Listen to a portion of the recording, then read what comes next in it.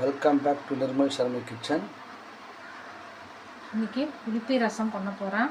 அதுக்கு ஒரு தக்காளி எடுத்து கட் பண்ணி வச்சுருக்கேன். ரசத்துக்கு தேவையான துவரம் பருப்பு எடுத்துகிட்டு வாஷ் பண்ணி வச்சுருக்கேன். அதில் கொஞ்சம் தண்ணி ஊற்றுவோம். தேவையான அளவு தண்ணி ஊற்றிட்டு ஒரே ஒரு ட்ராப் தேங்காய் எண்ணெய் ஊற்றணும்.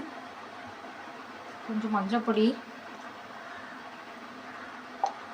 தக்காளி எல்லாத்தையும் போட்டு வேக வச்சுக்கலாம் குக்கரில்.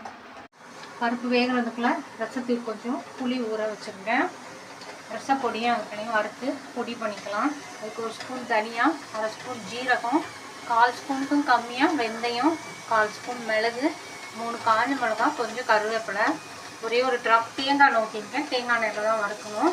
எல்லாத்தையும் போட்டு நல்லா வறுத்துட்டு ஆற விட்டு மிக்ஸி ஜாரில் ட்ரான்ஸ்ஃபர் பண்ணி கொஞ்சம் குறைன்னு பொடி பண்ணிக்கணும்.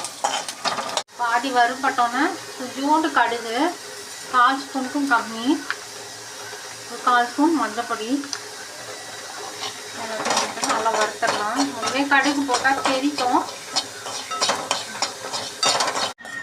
சீஜாரில் ட்ரான்ஸ்ஃபர் பண்ணிடலாம். இந்த மாதிரி குறைப்பாக அரைச்சிக்கோங்க.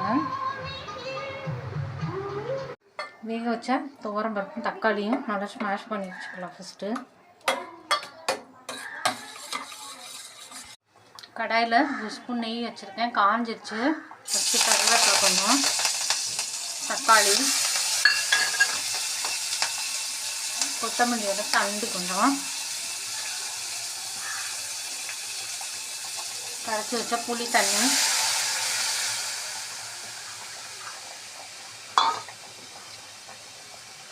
ரசப்பொடி,